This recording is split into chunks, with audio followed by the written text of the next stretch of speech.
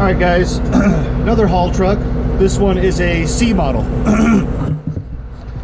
The complaint is low voltage. Here's our alternator right here. We need to get in here, check it out. We're just going to do some visual checks, make sure the belt's on it.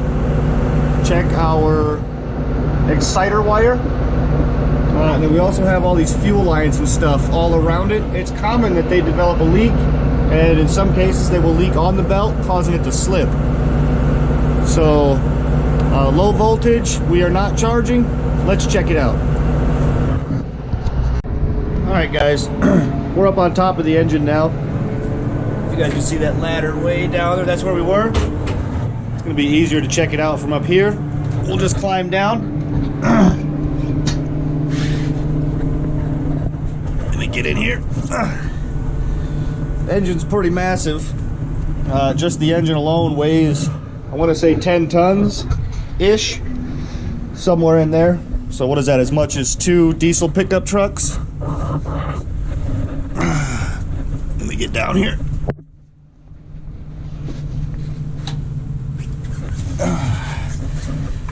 Okay, here we go. Here's our alternator.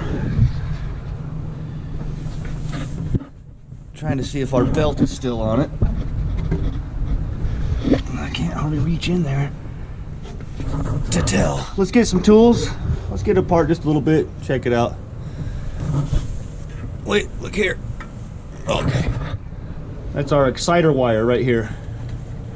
Just want to make sure that's on there. Yeah, that one fits real tight. So these will get blown out. Look at this one actually. We can get in here. You guys can see that. The wire's kind of exposed right there. But it's common that these, they get blown out after a while, you know, it doesn't fit onto the, it's just a little stud, just slides onto it, but it doesn't fit real tightly after a while. So it's pretty common, we have to cut these, crimp a new one on. Well yeah, let's check out the belt, make sure the belt's good, we'll check the tension on it, and then we'll crank it up, verify, we need to verify the fault, otherwise we'll start troubleshooting something that doesn't even exist. To show you guys what we got going on here. Definitely low voltage. This is with minimal electrical load. AC fan is off, lights are off, just marker lights, and that's the only thing we have on right now. Just basically parking lights and dash lights. 23.3.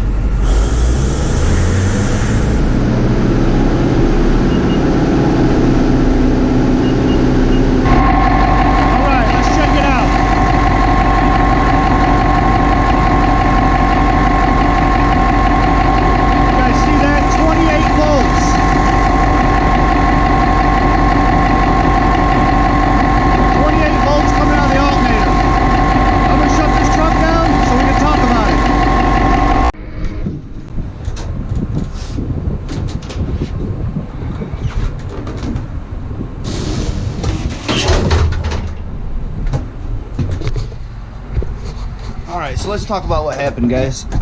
I tried to talk to you under there, but the engine's screaming loud. Can't hear anything. But anyway, on the alternator there, we're putting out 28 volts. So, what VIMS is seeing, which VIMS actually reads voltage here behind the cab. That's where VIMS is, it's monitoring the information that the, you know, everything the computers can see, pressures, fuel rates, boost, etc. But anyway, it's reading voltage here behind the cab. The alternator is definitely putting out 28 volts. We're only seeing 23 behind the cab, so we have a voltage drop. So now we're going to troubleshoot that. We don't have an alternator problem at the moment. I did still get another one of these wires though. This is that little charge wire I was talking about, the little exciter wire. And you see how it is there. Brand new. The other one, I'll get a shot of it.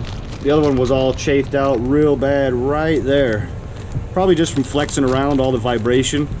When these engines go into high idle, I mean, that fan is moving some air, like almost blow you off the ladder, you know, if you're not ready for it. It's impressive. Anyway, so regardless, we're gonna fix this because that's definitely an issue.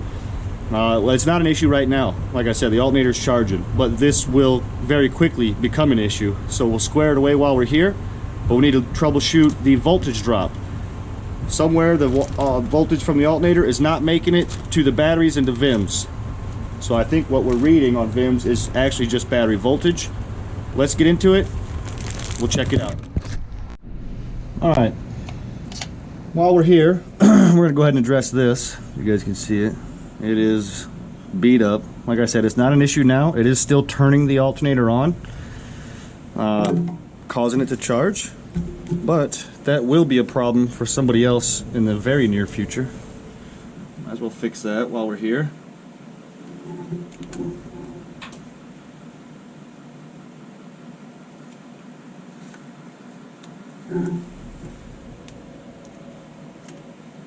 All right. This is a single wire Deutsch. I've just put my pins and sockets in there just so I don't have to carry them, risk losing them. It takes one socket and then one pin for this connector. I've seen people put a pin on each end or even sockets on each end. They'll still click and lock in, but you don't have a very good connection. All right. That's a 16 gauge wire. You want to make sure this is set to 16. It is.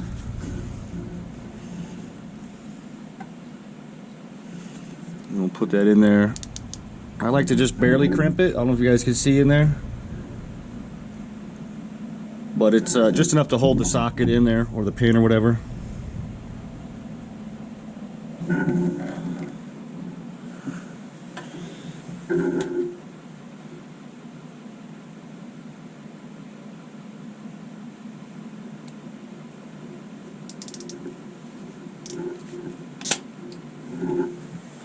All right.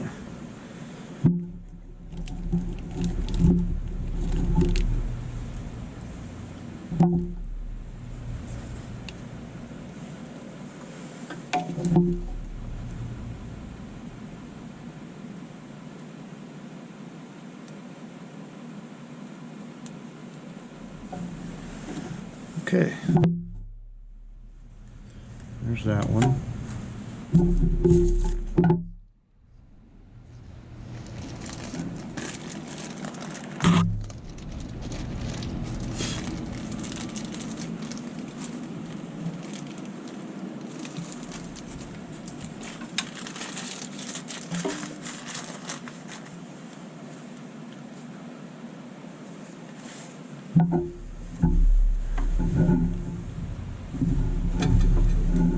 Let's get those out of the way.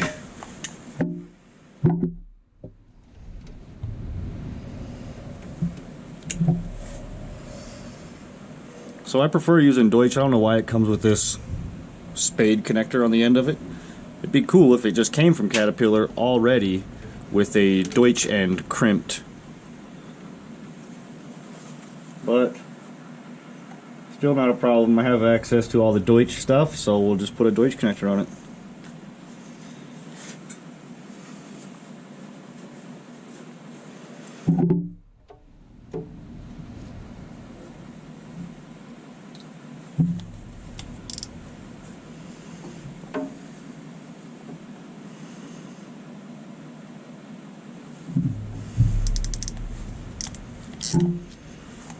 Alright.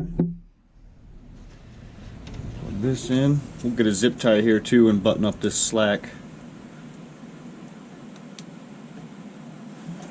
There we go.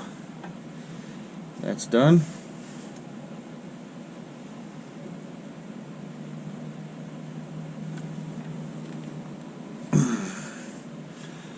Yep, we'll just fold this back, put a zip tie right there, and that'll be good.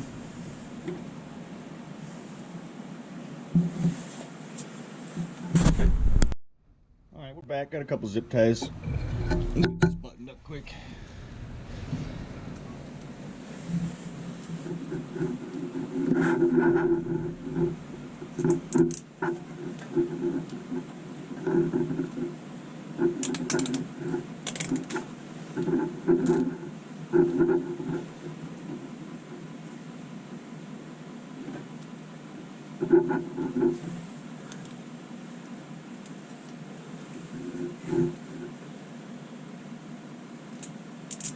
So these wires are exposed to a lot of engine heat and just all the vibration. Eventually it kind of dries out the insulation. It'll make it brittle, which is what appeared to happen in that other one. So we want to zip tie it to where it has the less movement it can have, you know, the longer it's going to last. It'll still get dried up and brittle, but since it's not moving, it won't be a problem. But as soon as you start messing with it, wiggling it, you know, sometimes you'll even get this loom stuff like flaking off and falling off of there. Alright guys, so the only thing so far was when I was taking this connector loose, it didn't feel like it was locked on. It did feel tight, but it just didn't feel like it was locked. And it's also, you know, it's kind of hard to feel like the little finesse like that when you're using big old frickin' vice grips like this. And again, it's not because it's tight, it's just because it's so big around. But anyway, I got it tight. I felt it click and lock on when I tightened it up. So before we go any further, let's get into the cab and verify that we still have low voltage. Because that's another common thing. This deck hits those wires all the time when you're raising, lowering it. That's a pretty common thing. So let's check it out. Look here, guys. All I did was wiggle that connector on the side of the cab. Voltage already came up nearly 3 volts. Let's see what we got max electrical load.